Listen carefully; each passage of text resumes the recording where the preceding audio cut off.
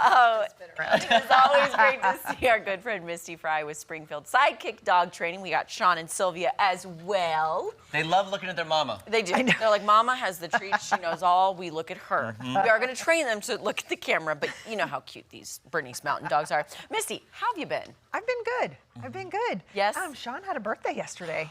Happy birthday, Sean. I didn't even bring him any little pup cakes. I'm sorry, I didn't tell you beforehand. How old? How did you celebrate? He's 4. 4. Yeah, we had a steak dinner last night. Oh. Yeah. Treat yourself. Better than on my birthday. There you go. Well, funny enough, this week, in addition to Sean's birthday, is Veterinarian Technician Appreciation Week. Yes. Which, without vet techs, I mean, I know vets wouldn't be able to thoroughly do their job as well as they do. Right.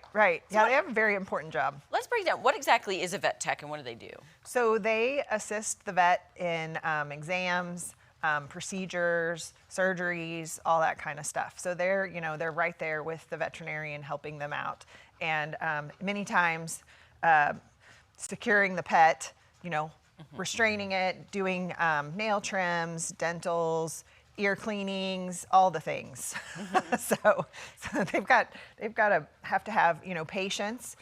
They have to know their patient, and get along with everybody. And sometimes dogs have trouble having their body examined or worked on, or being the center of attention with people that they don't know. Yeah. Right. So, are there any specific things you can teach, like when I take my dog to the vet? They get weighed. They have to do this. Is there anything you can help with to ease that anxiety or train them to? Because my dog seriously will not stay on that scale. Right. Yeah. It's so for the scale, you can teach them to target on a station. So you can use a bath mat. You can use a little pedestal, a low dog bed, something like that. Teach them to get on it and stay, because they have to be still so they can get an accurate weight. Right. So the way I usually teach that is by luring. You just lure your pet into the position. Like pretend there's the station, and then stay. And they stay nice and still. Oh, nice. Yeah, and even maybe keeping, like you did, your hand out there because it still has the treat smell. They're okay. Yep. They're locked they in. can have a target there. And then, So, and you can use that same procedure for exams. So get them to target on your hand, or up. Teach them that when you put your hand, oh, you're gonna shake, thank you. Teach them when you put your hand on their collar that they need to be still. So then the vet or the technician can do whatever they need to back there, and you've got the dog's head.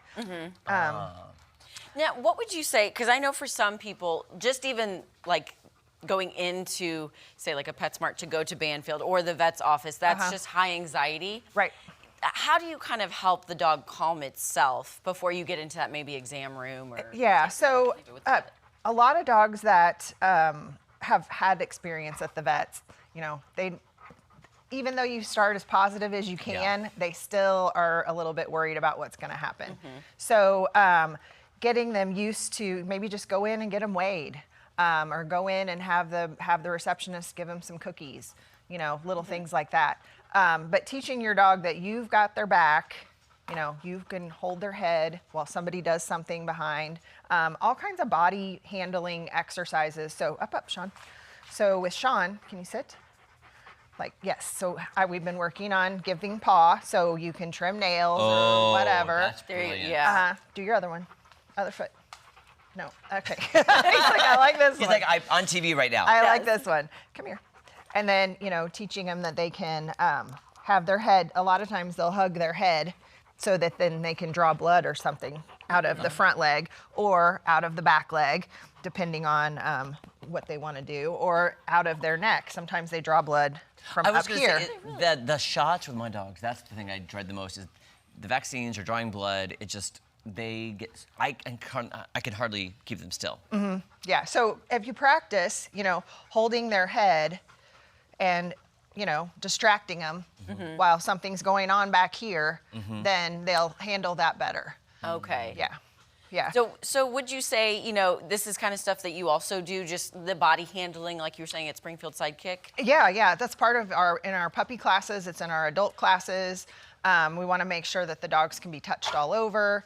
If some dogs are extremely afraid of the vet or they are, going to bite, we teach muzzle, getting them used to the muzzle. So, and then that restraint, so you've got a hold of their head even though they have a muzzle on, and then somebody can do all the things on the back end. By the way, I saw a dog on TikTok you need to train because this poor dog, this vet person was trying to give him a trim. And the dog would freak out every time the scissors came out. The scissors went away, and it was lovey. And it was fine. I think but I the saw scissors that. came out, it was like, ah! Yeah. Like, holy moly. Okay, Right, if somebody yeah. wants more information about everything you do and everything you offer, how can they get in touch with you? Give me a call. Look us up on Facebook, send me an email, whatever. I love talking to people about their dogs. Yeah, and she can help. She can. Yes. Thank you. Good to see you. And good to Yeah, see you. good to see you Happy guys. birthday, Sean. Happy birthday. Good Sylvia. All right, guys. We'll be back with a few easy and simple and affordable fall centerpiece ideas for you right after this.